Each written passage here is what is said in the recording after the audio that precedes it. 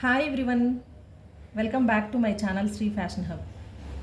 ఈ వీడియోలో మీకు ఒక యూస్ఫుల్ ప్రోడక్ట్ గురించి షేర్ చేస్తానండి. అదే ఈ వెజిటబుల్ స్టోరేజ్ బాక్సెస్. ఈ బాక్సెస్ అనేవి మనకి సెట్ ఆఫ్ 4 వస్తాయండి. నేను ఫస్ట్ ఒక 4 బాక్సెస్ ఆర్డర్ చేసి అమెజాన్లో తెప్పించానండి. నాకు చాలా బాగా నచ్చాయి అండ్ బాగా యూస్ఫుల్గా కూడా అనిపించాయి. కాబట్టి తర్వాత నేను ఇంకొక సెట్ కూడా ఆర్డర్ పెట్టుకున్నాను.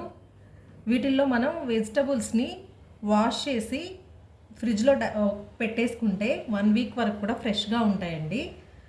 ఎలాంటి డ్యామేజెస్ కూడా ఉండట్లేదు. అండ్ ఇంకొకటి, మనం ఇలా కట్ చేసి పెట్టుకోవచ్చు. బీన్స్ నేను ఇలా కట్ చేసి పెట్టేసుకున్నాను. ఇప్పుడు మనం బ్రేక్ఫాస్ట్ కానీ అలా చేసేటప్పుడు, ఏదైనా ప్రిపేర్ చేసేటప్పుడు డైరెక్ట్గా మనం తీసి వేసుకోవచ్చు. అలాగే క్యారెట్ కూడా నేను ఇలా పీసెస్గా కట్ చేసి పెట్టుకున్నాను. కొన్నేమో ఇలా పీల్ చేసి పెట్టుకున్నాను.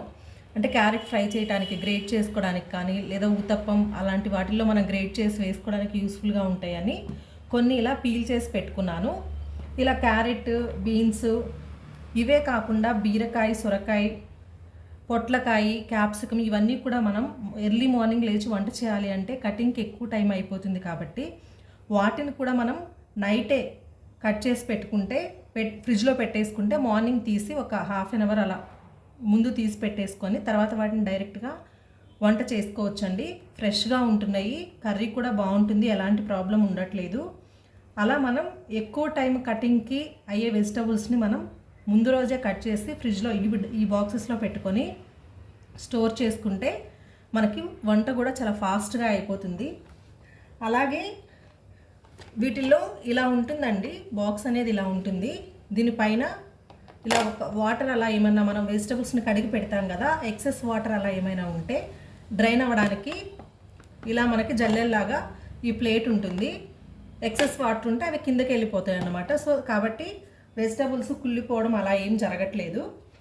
అలాగే నేను కొత్తిమీర, కరివేపాకు వీటిని కూడా వాష్ చేసి స్ట్రైనర్లో స్ట్రెయిన్ అయిన తర్వాత వాటర్ కొంచెం ఇలా వేసి స్టోర్ చేసి పెట్టుకుంటున్నానండి. ఇవి కూడా మనకి 5 to 6 days వరకు పాచిపోకుండా అలా ఈ ఆకుకూరలు పాచిపోతే కదండి జనరల్గా వాష్ చేసి పెట్టుకుంటే నల్లగా అయిపోయి పాచిపోయినట్లు అవుతాయి. బట్ అలా ఏం అవ్వట్లేదండి.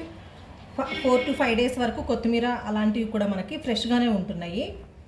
ఎందుకంటే వాటర్ అనేవి మనకి అడుక్కి ఏదన్నా ఉన్న ఎక్సెస్ వాటర్ డ్రైన్ అవుతున్నాయి కాబట్టి ఫ్రెష్గానే ఉంటుంది ఆకుకూర కూడా.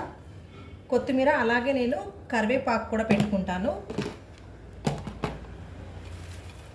కరివేపాకు కూడా వాష్ చేసేసిన తర్వాత కొంచెం ఇలాంటివి ఏదైనా స్ట్రెయిన్ చేసుకునే ఉంటాయి కదండి, వీటిలో స్ట్రెయిన్ అయిన తర్వాత వాటర్ కొంచెం ఇందులో స్టోర్ చేసి పెట్టుకుంటే మనకి 1 వీక్ వరకు కూడా ఫ్రెష్గా ఉంటున్నాయండి.